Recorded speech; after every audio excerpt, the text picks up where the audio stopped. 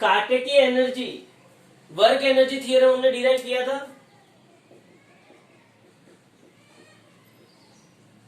Work energy theorem हमने derive किया, उसके अंदर वही थ्योरम को मैं किसी और तरीके से भी डिराइव कर सकता हूं। कांटे की energy, you know that what is the equation of कांटे की एनर्जी? कांटे की एनर्जी, हाँ, कांटे की एनर्जी का मैं लिखता भी कांटे की ही हूं। कांटे की एनर्जी का इक्वेशन है हाफ mv²। वेरी गुड, सुनो ध्यान से। मैं ऐसा समझ सकता हूं कि अगर वेरिएबल फोर्स होगा, क्या होगा? वेरिएबल फोर्स होगा, तब कुछ ना कुछ फोर्स वेरिएबल है तो एनर्जी भी चेंज हो सकती है कि नहीं हो सकती है? हाँ भाई, बिल्कुल हो सकती है, कोई टेंशन नहीं है उसमें। तो वेरिएबल फोर्स के लिए मैं कांटे की एनर्जी के ऊपर से वर्क एनर्जी थ्योरम डिराइव कर रहा हूं। ध्यान से देखना, आपको आता ही है लेकिन फिर से देख लो। डिफरेंशिएटिंग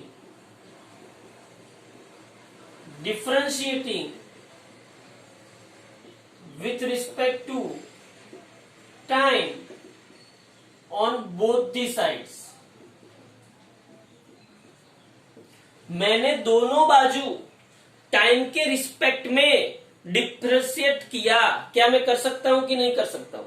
अगर मैं दोनों साइड टाइम के रिस्पेक्ट में डिफरेंशिएट कर सकता हूं तो बोलो क्या होगा? Left hand side dk by dt आ जाएगा और right hand side d by dt of half mv²।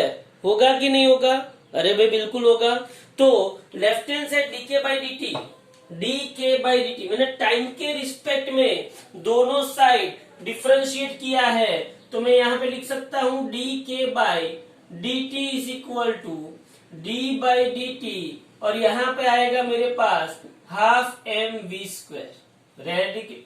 अब यहां पे मैं dk by dt is equal to half और m कांस्टेंट है, तो हाफ और m कांस्टेंट आया, उसको बाहर निकाल दिया, तो d बाई dt v² लिख सकता हूं।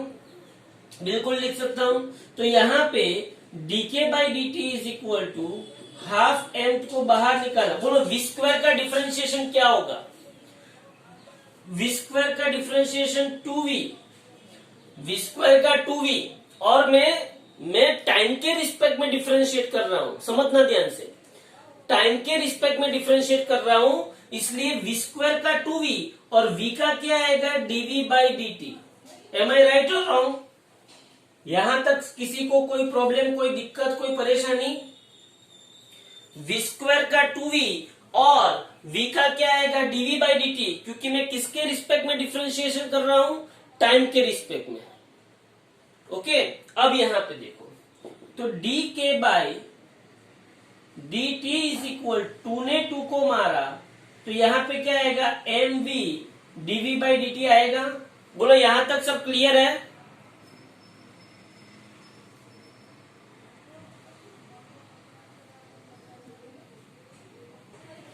अब मतलब कि dk by dt is equal mv dv by dt, but acceleration a क्या होता है? But acceleration a is equal to मेरे पास आया dv बाई dt, तो मैं यहां पे लिख सकता हूं dk by dt is equal to ma, और यहां पे v, ma और v। हाँ, बट देखो यहां पे ये dk by dt is equal to ma, और v मतलब मैं क्या लिख सकता हूं? dx बाई dt लिख सकता हूं। Velocity is equal to rate of change of position with respect to time, तो मैं v इज इक्वल टू क्या लिख सकता हूं? dx by dt। अब dt ने dt को मारा, क्या मार सकते हैं ऐसा? रियलिटी में ये मैथमेटिकल ऑपरेटर नहीं है, मतलब ऐसे मार नहीं सकते हैं, लेकिन फिर भी आप लोगों की अंडरस्टैंडिंग के लिए मैं आपको बता देता हूं कि इसको dt ने मारा, बाकी प्रोसीजर कुछ अलग होती है। चलो यहाँ पे तो dk is equal to ma into dx आया, बट आपको पता है बट आपको पता है कि force F is equal to क्या होता है, ma। Force F is equal to क्या होता है, ma। तो क्या मैं dk इज इक्वल टू मैं F dx लिख सकता हूं। dk इज इक्वल टू मैं क्या लिख सकता हूं, F dx। Integrating both the side, integrating both the side. चलो, तो यहां पे integration 1dk is equal to F integration 1dx आया। Integration 1dk is equal to F integration 1dx यहां पे मेरे पास आया। अब मैं क्या कर सकता हूं, देखो यहां पे मैंने एनर्जी, कांटे की एनर्जी जो है उसका इंटीग्रेशन कहां से स्टार्ट किया, इनिशियल कांटे की एनर्जी से लेके फाइनल कांटे की एनर्जी, और यहाँ पे इनिशियल पोजीशन से लेके फाइनल पोजीशन। कर सकता हूं कि नहीं कर सकता हूं। ये कांटे की एनर्जी पे इंटीग्रेशन है, ये जो इंटीग्रेशन है वो कांटे की एनर्जी पे है, और ये जो इंटीग्रेशन है वो किसके ऊपर है, पोजीशन के ऊपर है। ये इंटीग्रेशन कांटे की एनर्जी पे है और ये इंटीग्रेशन पोजीशन के ऊपर है। फिर से ये इंटीग्रेशन कांटे की एनर्जी पे है और ये इंटीग्रेशन पोजीशन के ऊपर है। तो मैंने यहाँ पे कांटे की एनर्जी पे इंटीग्रेशन कहां से कहां लिया, KI टू KF, और यहाँ पे XI टू XF। 1dk का इंटीग्रेशन आया KI टू KF, 1dx का इंटीग्रेशन आया X, XI टू XF। चलो, उसको फिर मैं क्या लिख सकता हूं,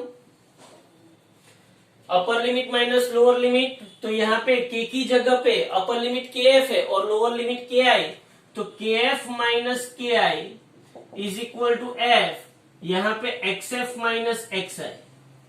x की जगह पे क्या आएगा, xf upper limit minus xi lower limit. तो मैं यहाँ पे लिख सकता हूं, but xf minus xi is equal to क्या होगा, डिस्प्लेसमेंट। क्या होगा, final position minus initial position, displacement में इसको डी लिख सकता हूं। तो मैं kf minus ki is equal to f into d. But force multiplied by displacement क्या होता है, फोर्स मल्टीप्लाइड बाय डिस्प्लेसमेंट होता है वर्क। हाँ, तो यहाँ पे kf minus ki is equal to work आया, मतलब कि work is equal to change in kinetic energy. This is the well known form of work energy theorem. क्या बोलते हैं इसको, वर्क एनर्जी थियरम का सबसे बढ़िया फॉर्मेट है। बोलो समझ में आया यहां तक सबको, क्लियर हुआ। 2 मार्क में अगर ये थियरी पूछे तो कंपलसरी आपको आनी चाहिए। हाँ, काइनेटिक एनर्जी वेरिएबल फोर्स के लिए तो कांटे की एनर्जी का आपने इक्वेशन लिखा, दोनों साइड टाइम के रिस्पेक्ट में डिफरेंशिएट किया। टाइम के रिस्पेक्ट में डिफरेंशिएशन करने में एक बात ध्यान में रखनी है, v स्क्वायर का 2v होगा और v का dv बाई dt होगा।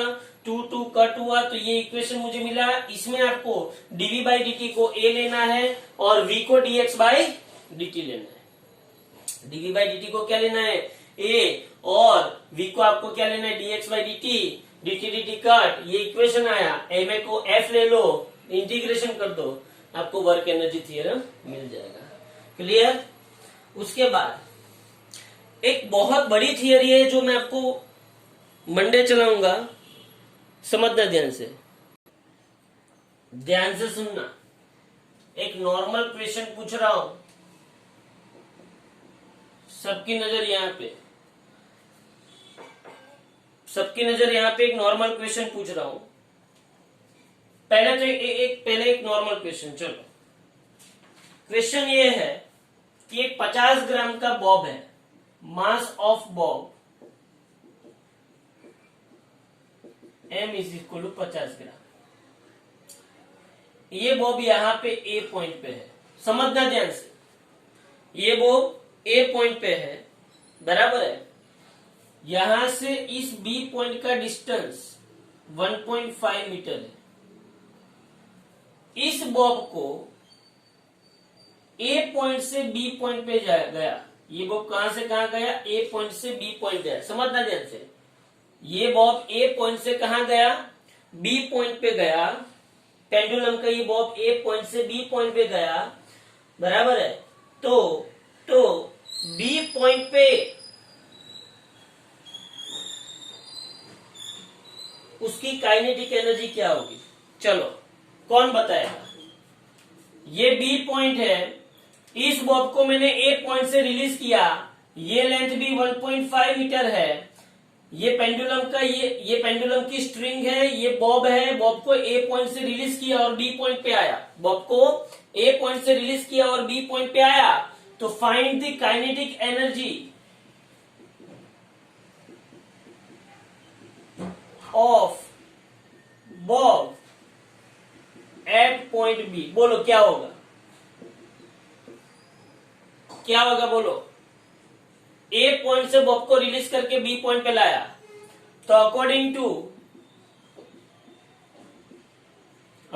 To energy conservation, according to energy conservation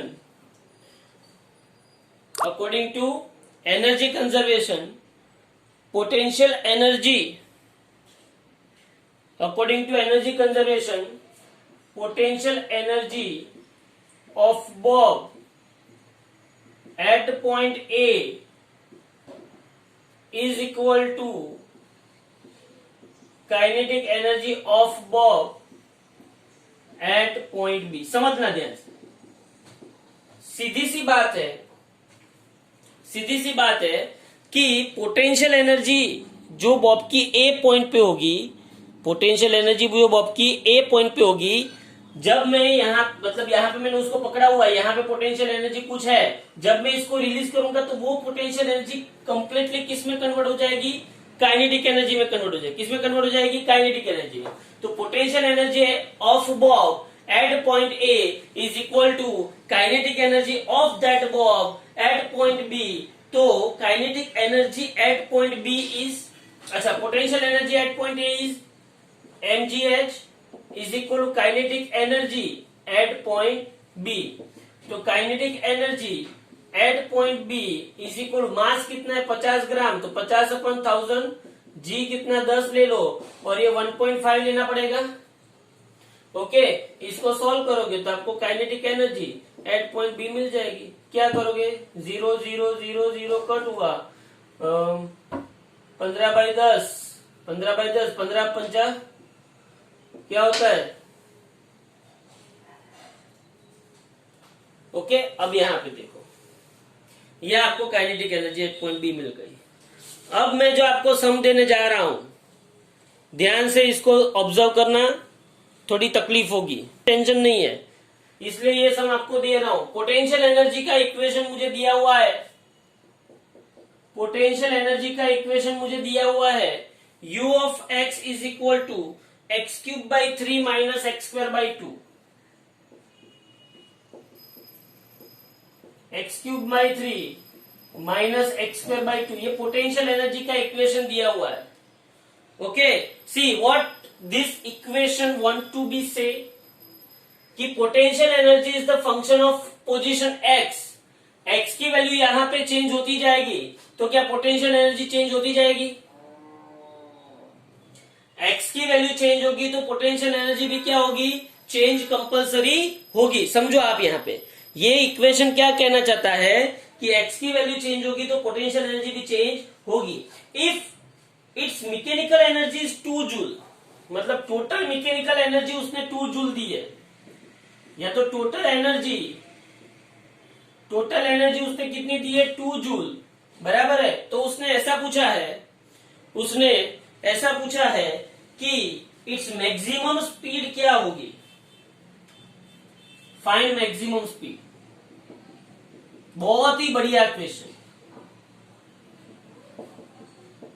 बहुत ही बढ़िया क्वेश्चन। ये जो बोलते हैं ना कि जेडबलई या तो नीट में 11th बहुत हार्ड होता है, वो हार्ड क्यों होता है? क्योंकि 11th में वो लोग mechanics, classical mechanics, fluid mechanics, सब एसएचएम सब इकट्ठा करके पढ़ाते हैं, सब इकट्ठा करके पूछते हैं।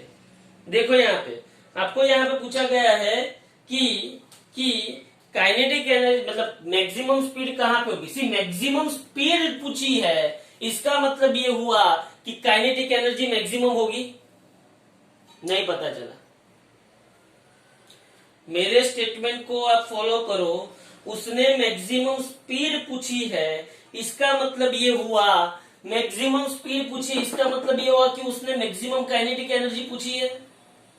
हाँ, तो नाउ मैं ऐसा लिख सकता हूं कि total energy is equal to kinetic energy plus potential energy है।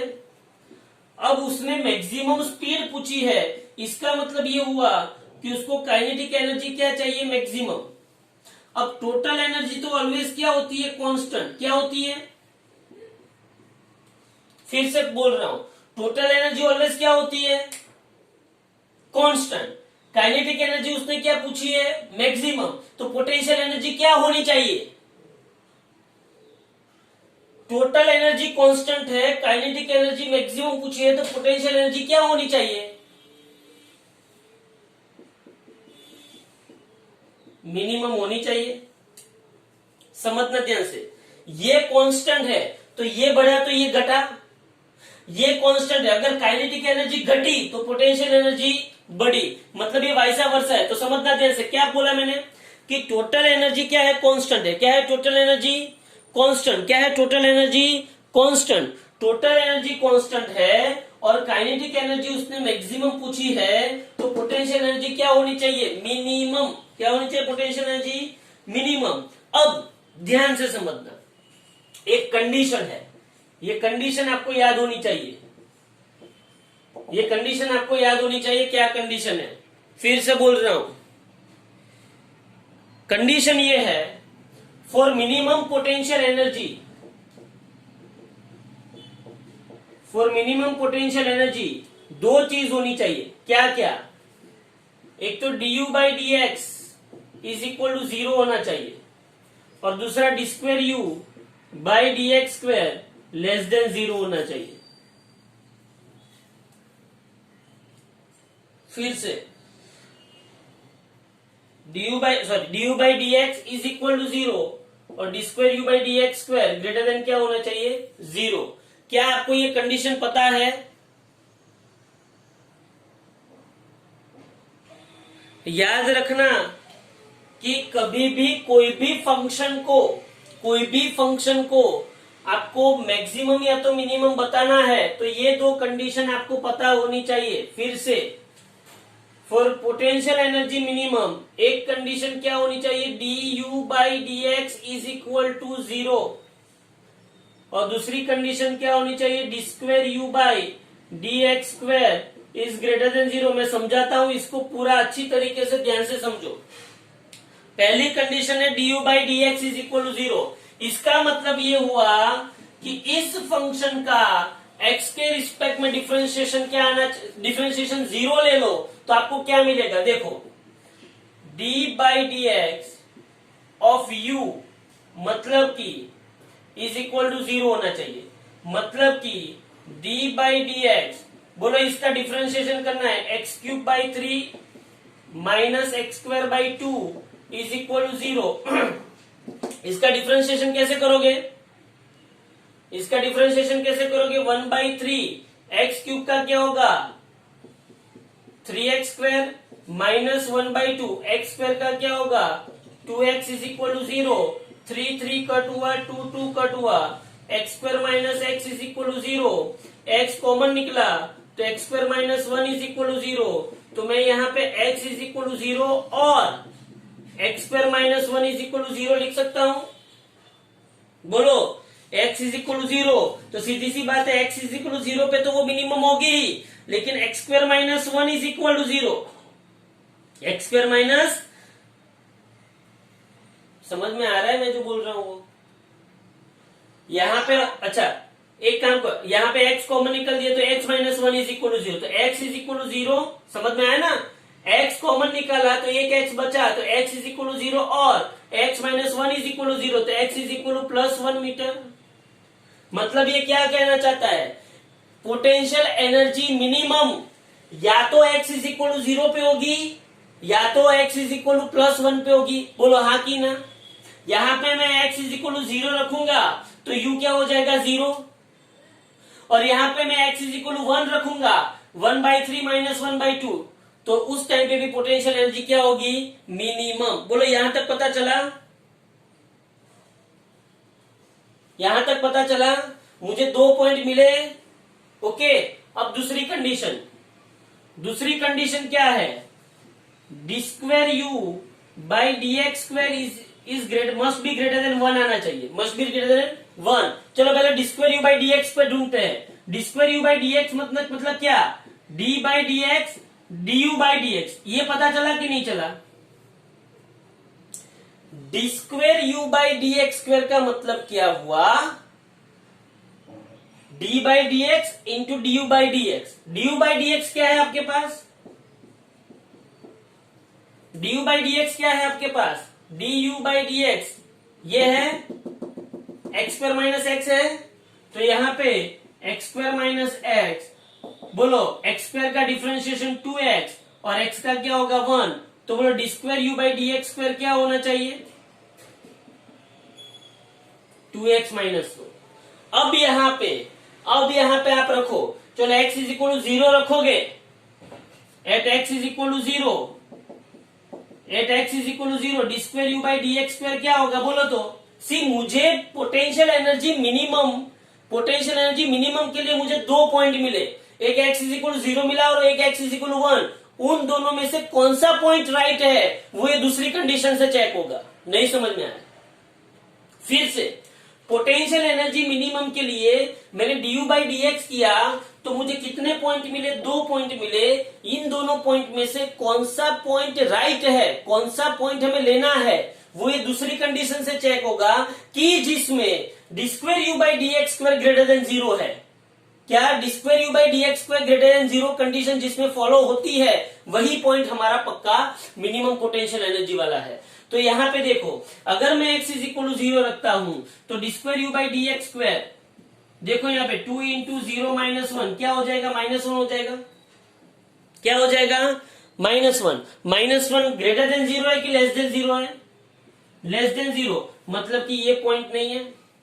तो इसका मतलब ये हुआ कि at x is equal to 1 पे d square u by D x square is equal to 2 into 1 minus 1 क्या होगा, क्या होगा 2 इंटू 1 माइनस 1, 1, तो 1 ग्रेटर देन 0, मतलब कि ये पॉइंट आया।